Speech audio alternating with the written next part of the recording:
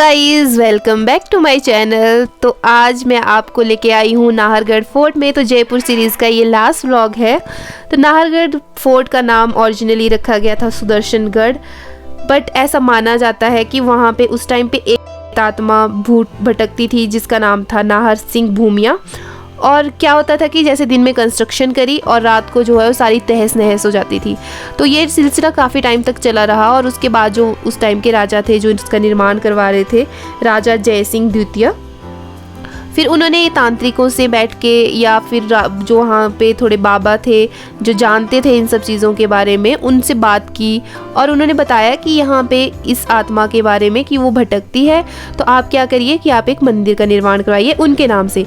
जैसे ही उन्होंने उस मंदिर का निर्माण करवाया उनके नाम से, तो फिर वो जो सिलसिला था वो ख़त्म हो गया। फिर वहाँ पे वो जो भी घटनाएं घट रही थी वो बंद हो गई और फिर जो है उन्हीं के नाम पे इस किले का नाम रखा गया नाहरगढ़ फोर्ट। तो इस फोर्ट का निर्माण जो है राजा जय सिंह द्वितीय द्वारा करवाया गया था 1734 में।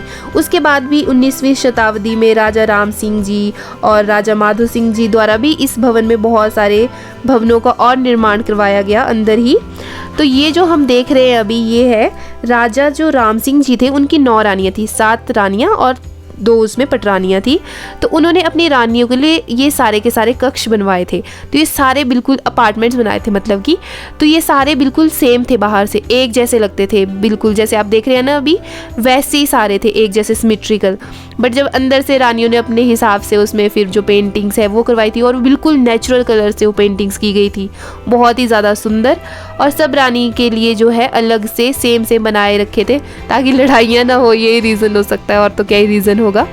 और इस तरह से जहाँ से हम देख रहे हैं ना, वहाँ से सारे एक साथ दिखते थे अपार्टमेंट्स, आमने सामने आर पार, ये सारे के सारे। और स्पेशली राजा को तैयार होने के लिए भी अलग से एक सेक्शन था। और इस डिज़ाइन इस तरह से किया गया था कि बाहर से ना राजा को जाने के लिए स्पेस रखा था, बिल्कुल एक नैरो सा रास्ता बनाया हुआ है देखो।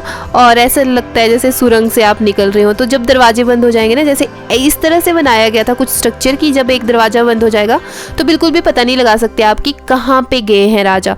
तो मतलब एक रानी को पता नहीं होता था कि दूसरी रानी के पास राजा गए हैं कि नहीं गए हैं, मतलब कि किसी को भी पता नहीं होगा कि किसके पास राजा गए हुए हैं।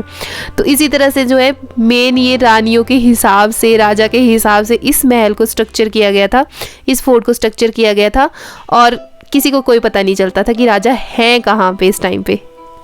और सीजन्स का अच्छे से ध्यान रखा गया था कि गर्मियों के लिए ऊपर वाला फ्लोर और सर्दियों के लिए नीचे वाला फ्लोर। तो ऊपर वाले फ्लोर में मतलब कि गर्मी ज़्यादा ना लगे इसलिए अलग से एक फ्लोर बनाया गया था, और अगर सर्दी का मौसम है तो सर्दी ज़्यादा ना लगे इसलिए नीचे वाला फ्लोर। तो रानियों के लिए, हर रानी के लिए 2-2 फ्लोर में अलग अलग अपार्टमेंट थे, हैं बिल्कुल सेम सबके एक जैसे अपार्टमेंट्स, लेकिन 2 फ्लोर अलग अलग सीज़न के लिए।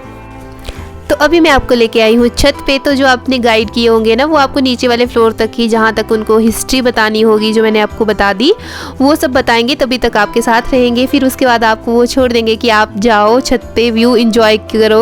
और इतना सुंदर व्यू है ना, आप देख ही सकते हो।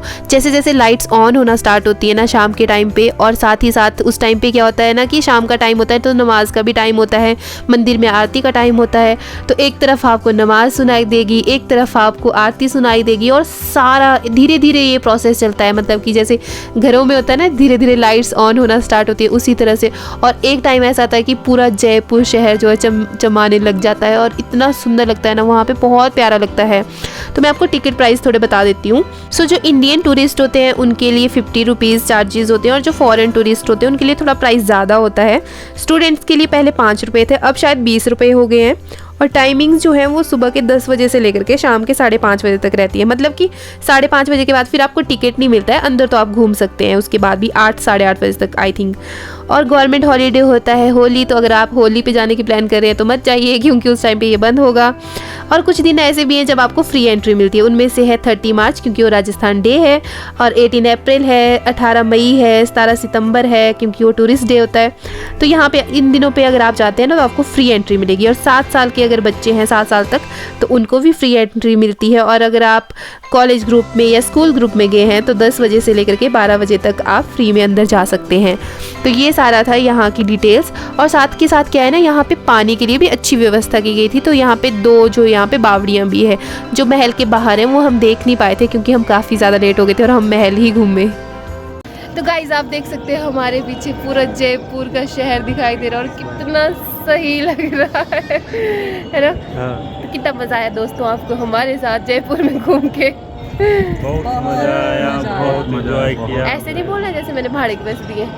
अपना दिल से रिव्यू शेयर करना है। बहुत मजा आया और बहुत एंजॉय किया हमने। अब हमारा ट्रिप जयपुर का होपफुली यही भी खत्म हो रहा है क्योंकि मेरा और भाई का मन नहीं कर रहा है इस व्यू को देख के जाने का। और अगर हम चले गए तो वीडियो यही पे एंड हो जाएगा आज का, और अगर नहीं गए तो आपको हम नहीं देखने को मिलेंगे।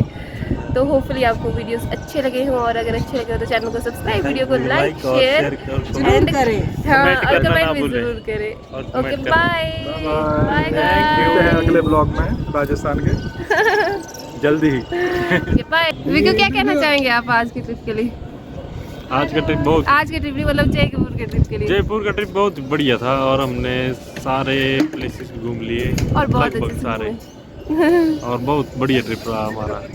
और जितना हमने एक्सपेक्ट किया था उससे भी कहीं ज़्यादा सुंदर है जयपुर और बहुत बढ़िया है। अब लाइट्स भी जलना स्टार्ट हो गई तो और भी ज़्यादा खूबसूरत लग रहा है। तो गाइज ये जो आपको व्यू दिख रहा है ना, ऐसा नहीं है ये एक साइड से ही ऐसा दिख रहा है। मैं आपको देखो आगे से ले जा रही हूँ। ये जितनी भी साइड्स है ना इसकी फोर्ट की, आप हर साइड को जब घूमेंगे ना हर साइड से सेम व्यू आएगा। इतना ही सुंदर, इतना ही प्यारा, और आंखों को इतना ही सूदिंग लगेगा। देखो हर तरफ से जहाँ से आप देखेंगे ना आपको जयपुर जयपुर जयपुर दिखेगा और बहुत ज़्यादा सुंदर लगेगा, बहुत ही ज़्यादा सुंदर लगेगा। तो हम लोग तो इतना सेटिस्फाइड है यहाँ पे आकर के, और इतना खुश है कि हम गए, हमने नाहरगढ़ फोर्ट को स्किप नहीं किया।